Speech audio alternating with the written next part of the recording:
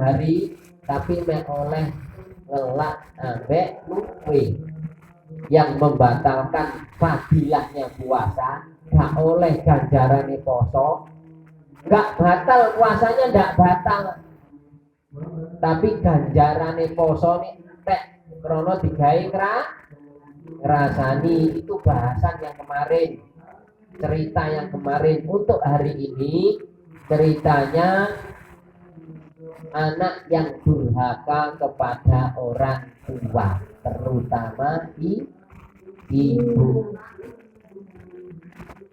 Ibu itu derajatnya lebih tinggi dari ayah. Ibu itu derajatnya lebih tinggi dari bapak. Emak itu derajatnya tinggi lebih tinggi dari emak.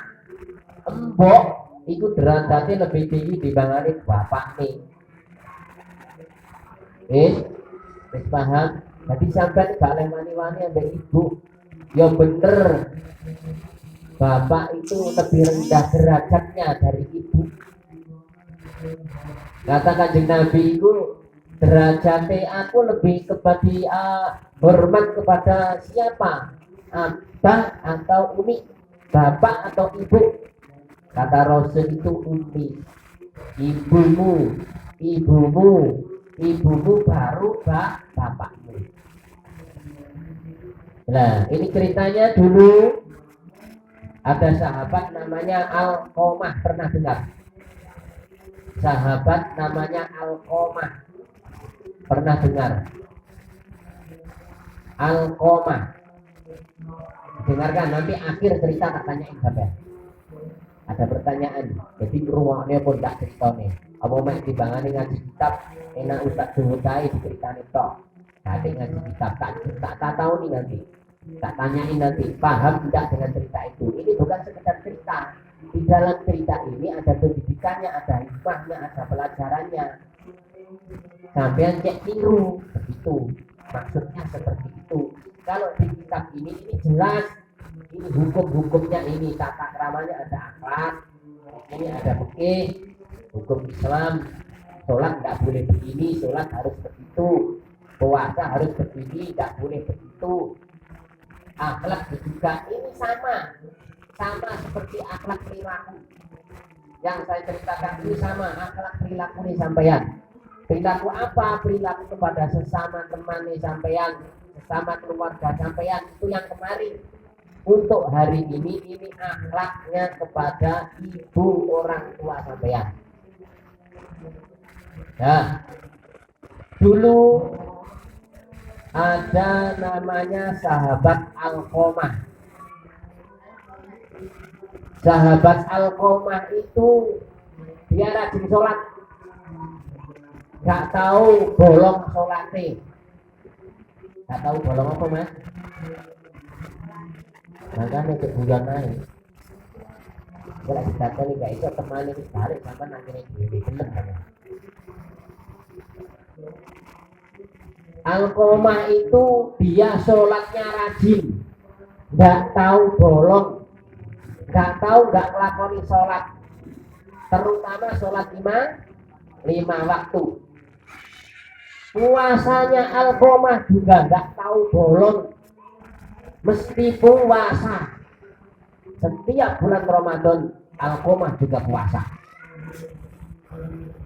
Ketiga, Alqamah itu juga seneng aweh-aweh, gak medit nang koncone, gak medit nang tonggone. Kalau dia punya rezeki, kalau dia punya jajan, punya apapun, kalau dia punya barang, punya makanan, pasti dikasihkan kepada orang lain, terutama orang yang membutuhkan, orang miskin, orang kekurangan. Itu Alqamah. Jadi Alqamah itu satu, dia rajin sholat, tidak pernah putus dari sholat.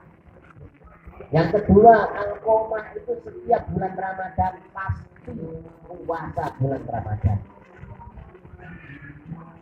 Yang ketiga, Alqamah itu tidak medit awean, gak mentekil nang koncone. Duit jajan yang dikasih koncone, duit rezeki yang dikasihkan tetangganya, gak medit. Tapi suatu saat ini ceritanya agak bagi orang besar. Tapi ini pelajaran juga bagi sampean. Alqomah itu punya istri. Alqomah itu sudah punya istri. Ketika itu Alqomah itu sakitnya parah, nggak bisa bangun, nggak bisa ngomong, nggak bisa apa-apa, hanya terbaring di tempat tidur. Istrinya bingung. Akhirnya istrinya lari-lari datang kepada Rasulullah, kepada Nabi. Ya Nabi, suami saya Alqomah sakit keras, tolong Nabi, panjenengan datang menjenguk, melihat suami saya, doakan suami saya. Kalau memang sembuh, doakan sembuh. Kalau memang diambil nyawanya oleh Allah, mati, biar ditempatkan dengan keadaan husnul khotimah. Matinya enggak suwi-suwi, matinya enggak sulit. Enggak anjane loro itu dikai waras bukan waras, enggak anjane mati yo dah mati. Mintanya istrinya seperti itu, jadi enggak tersiksa. Akhirnya Nabi mengutus yang namanya sahabat Bilal bin Rabah. Yang biasanya apa? Bilal bin Rabah sing tukang adan wonge om pireng Bilal bin Rabah. Bilal bin Rabah itu dulu yang pernah adan naik di atas api embik dulu itu. Ya, ceritanya seperti itu ya. Tapi suaranya enak Bilal bin Rabah itu. Orangnya hitam kulitnya, tapi suaranya merdu Bilal bin Rabah. Akhirnya disuruh sama Nabi itu ke rumahnya Alqomah. Sama Nabi dibilang gini, Alqomah, coba jenguk Bilal, coba jenguk Alqomah di rumahnya. Kalau memang Alqomah ini masih punya ibu atau orang tua, coba panggil ke sini orang tuanya.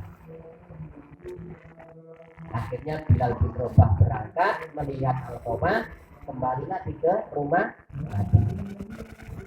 Laporan kepada Nabi, Nabi, Alqomah itu sakitnya sudah parah, tidak bisa apa-apa, makan juga nggak bisa, minum juga nggak bisa, bergerak juga nggak bisa, sudah nasak. Terus seperti nasak itu cakok ini pun sampai mati. Gue nggak bisa apa-apa, orang koma, sampai nanti orang koma. Orang koma itu sudah diam. Jadi seolah-olah kalau nazak itu napasnya, nyawanya sudah di sini, sudah tinggal kek gitu aja sudah mati. Tapi nggak mati Alqomah ini.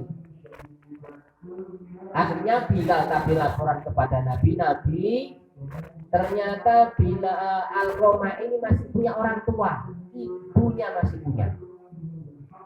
Coba panggil ibunya Bilal ke sini.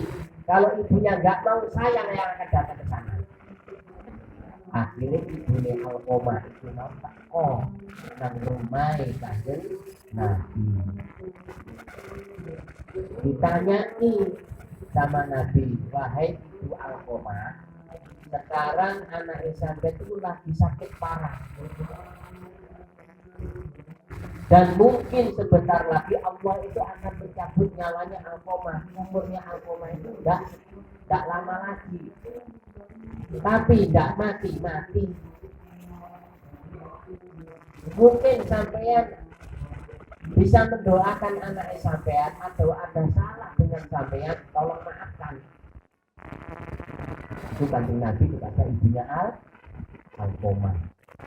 Akhirnya ibu Alqomah itu ngomong, Nabi, bener Alqomah itu senengane sholat, senengane poso, senengane awe-awe jajan, ya awe-awe beras, ya awe-awe opo ae diduweni.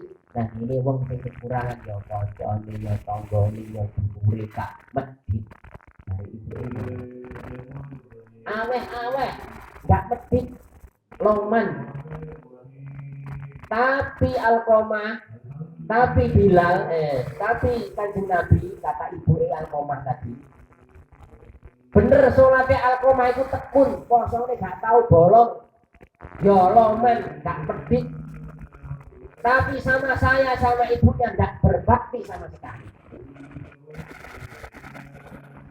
Gak tahu nengok aku blas Alkomah, gak tahu nyambangi aku blas Alkomah.